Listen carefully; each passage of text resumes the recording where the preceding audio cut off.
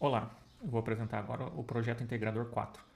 O título é Machine Learning aplicada para predição de preço de residências na região de Caconde.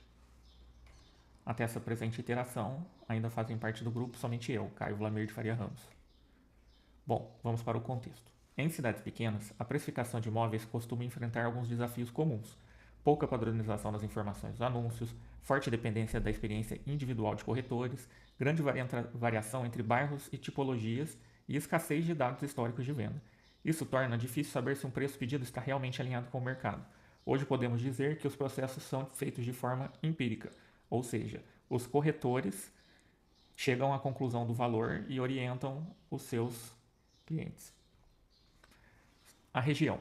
Caconde, Divinolândia, Tapiratiba, São José do Rio Pardo e Vargem Grande do Sul são municípios do interior paulista, localizados no nordeste do estado, próximos à divisa com Minas Gerais. Juntos somam pouco mais de 130 mil habitantes, distribuídos em cidades de pequeno porte. Caconde tem 17 mil habitantes e o IDH é 0,72.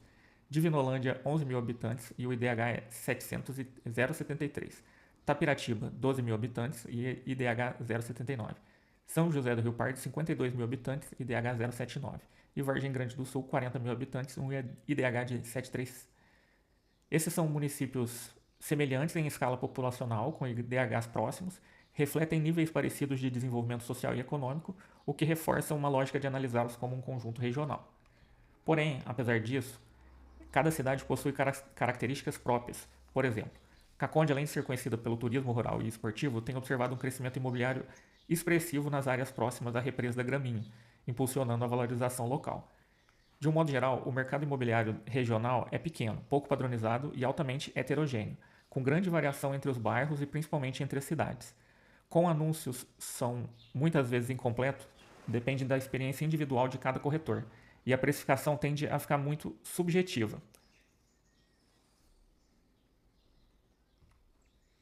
Bom, a gente escolheu como parceiro Key Brokers, eles têm informações de certa forma padronizadas nos sites deles, e essa é uma empresa que atende em Caconde desde 2021, na compra, venda e locação de imóveis nessa região. Desde o início, a equipe compreendeu claramente o desafio da precificação e tentou se inserir nesse contexto da melhor forma possível para conseguir extrair as informações de um jeito que fosse mais simples para todas as partes. Então, o objetivo desse projeto é desenvolver um modelo de machine learning que estime o valor de imóveis dessa região de forma simples, o mais precisa possível e transparente. A ideia é reduzir a subjetividade da precificação e organização dos dados e tentar entender padrões entre essas casas, entre esses bairros, gerando faixa de valor mais consistente. Com isso, a gente pretende ajudar corretores, proprietários e compradores a tomarem decisões melhores e com mais segurança. Bom, eu vou partir para falar agora da parte técnica. Então, nesse projeto, a gente utilizou o Google Colab, que é um serviço que hospeda Jupyter's Notebook. Ele não requer nenhuma configuração na máquina local, ele não tem nenhum custo e ele é especialmente voltado para alunos de ciência de dados e quem trabalha com machine learning, deep learning, é muito recomendado usar esse serviço. Então, aqui foi criado esse script que foi feito em Python. Python é a linguagem mais recomendada quando a gente vai trabalhar com ciência de dados. Python ele já tem toda a estrutura necessária para você fazer esse trabalho de análise de dados e ele integra muito bem com o Google Colab.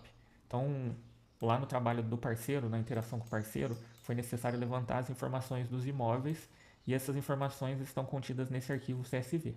Então, a primeira coisa que um cientista de dados faz quando ele pega os dados de fato é gerar algum tipo de análise em cima daquelas informações. Como a primeira iteração, ela geralmente, o cientista de dados ele não sabe o que ele vai encontrar, então simplesmente abrir o CSV e sair olhando no olho, talvez não seja o melhor dos mundos, talvez não traga tanto conhecimento.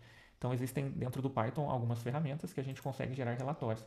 Por exemplo, esse daqui, EDA, de uma forma geral, ele fez um resumo detalhado das informações que a gente tem em mãos. Então ele faz a divisão por grupo cidade, a quantidade de registros, a mediana de preço, o preço por metro quadrado e outras informações. Então, em tempo de execução, tendo esses dados, a gente consegue, por exemplo, gerar uma distribuição de preço anunciado por cidade.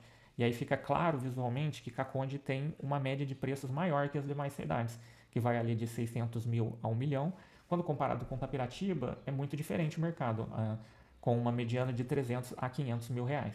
Então, dados que são só números em um CSV começam a tomar forma e gerar realmente conhecimento.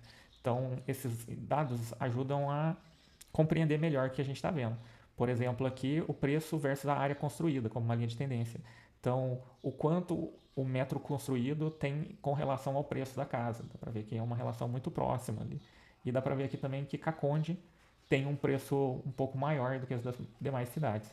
A gente pode gerar, por exemplo, também o preço por tipologia, então se a casa, se é uma casa, se é um apartamento, se é um sobrado, terreno, e relacionar isso com relação às cidades também. Então começa a dar luz nessas informações. Então, entendendo ali do que se tratava e do que a gente queria fazer, a gente determinou que a gente ia utilizar machine learning. E aí, dada essa determinação, a gente precisava encontrar qual era o melhor modelo de machine learning para poder tratar esses dados. Então, foi testado 3 modelos para prever esses preços desses imóveis. Então, o primeiro foi a regressão linear, que testei, e teve o pior desempenho, com erros mais altos e coeficiência de determinação, que é o famoso R ao quadrado de 0,88, que indica o quanto da variação dos preços o modelo consegue explicar. Nesse caso, a regressão linear não capturou tão bem o comportamento do mercado. Segundo, a gente testou o Randall Forest, já melhora bastante, reduzindo o erro e explicando cerca de 95% das variações, ou seja, um R quadrado aproximado de 0,95. Mas a gente seguiu nos testes e o melhor modelo foi o Gradient Boosting, que teve um menor erro. Um MAI, que é o erro médio absoluto, de cerca de 38 mil reais. Ou seja, com uma variação no custo de estimativa com um erro de 38 mil reais, que a gente considera um valor bem próximo do valor real.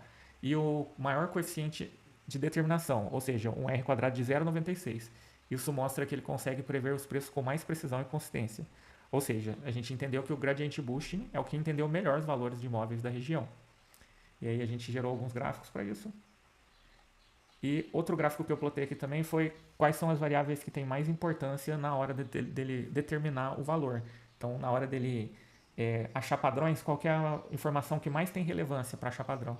Então, ele entendeu aqui que a área por metro construído é o que mais tem relevância na hora que a gente fala do preço do imóvel, o que faz sentido. Casas maiores tendem a ter um preço maior. Bom, então vamos para a conclusão. A análise dos imóveis da região, que inclui Caconde, Divinolândia, Tapiratiba, São José do Rio Pardo e Vargem Grande do Sul, mostrou que, mesmo em mercados pequenos e pouco padronizados, é possível extrair e organizar informações e gerar estimativas mais consistentes para toda essa área.